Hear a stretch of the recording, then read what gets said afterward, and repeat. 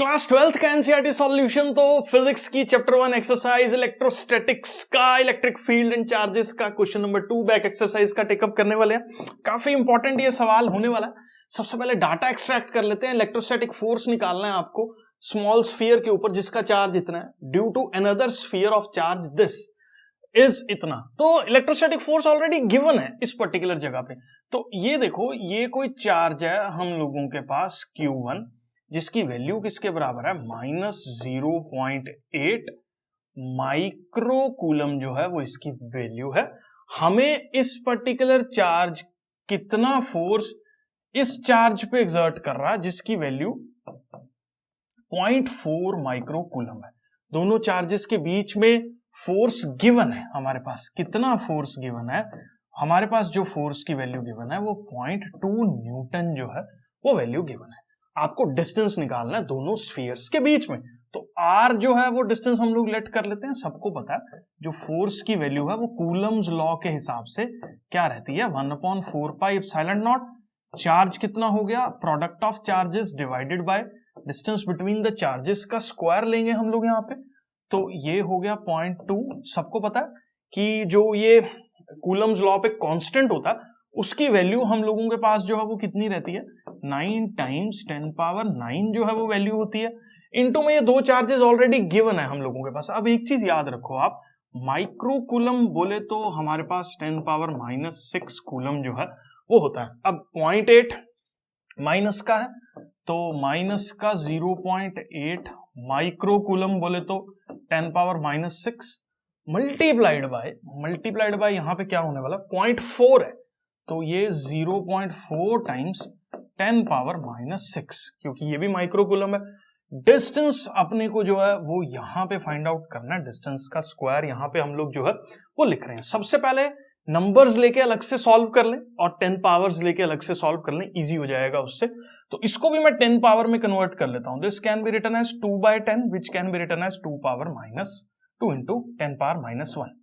अब यहां पे कौन कौन से नंबर हो गए? 9 हो गया इंटू इसको लिख सकते हैं ये 10⁻9 है। एक बार इसको मैं पहले लिख लूं, मल्टीप्लाइड बाय इसको लिख सकते हैं 8 × 10⁻⁻1 क्योंकि 0.8 था, इंटू में 10⁻⁻6 इंटू में 4 × 10⁻⁻1 0.4 को लिखा इंटू में 10⁻⁻6 जो है वो हमने लिख दिया और डिवाइड करेंगे इसको किस पर्टिकुलर चीज से? r² से जो है वो डिवाइड करने वाले हैं हम लोग। अब 9 8 जा 56 इंटू 4 जो है वो हम लोग करेंगे तो हम लोगों के पास 224 के बराबर जो है वो आ जाएगा। ठीक है, मैं एक बार यहां पे आपको लिख के बता देता हूं। देखो 9 8 जा हम लोगों के पास 72 होता है, यहां पे मैंने मिस्टेक कर दी। 8 9 जा 72 इंटू 4 जो है वो अपने को करना पड़ेगा। ठीक है, तो 9 × 8 72 इंटू यहाँ पे 4। और कोई नंबर है हम लोगों के पास? 9 8 और 4 के अलावा और कोई भी नंबर यहाँ पे नहीं है। तो सिंपल है, यहाँ पे 4 2 जा 8 और 7 4 जा 28 और 8 यहाँ पे हो गया 288। तो इसको अगर आप सॉल्व करोगे तो दिस इज 288 टाइम्स 10⁻9। ये प्लस में है, माइनस में कितने हैं वो हम लोग कैलकुलेट कर लेते हैं। 6 6 12 13 और 14। तो ये हो गया 10⁻9 तो है ही है, इंटू में 10⁻⁻14 जो है वो हो गया डिवाइडेड बाय हम लोगों के पास क्या आ गया r² जो है वो आ गया। और ये किसके बराबर वैल्यू आ गई हम लोगों के पास? 2 × 10⁻⁻1। अब मैं क्या कर रहा हूं, इस 2 × 10⁻⁻1 को जो है वो मैं यहां डिवाइड में लिख रहा हूं और ये वाला जो r² है इसको मैं यहां पे जो है वो लिख सकता हूं। ठीक है, सबको पता है ये इधर चला जाएगा और ये नीचे चला जाएगा डिवाइड में।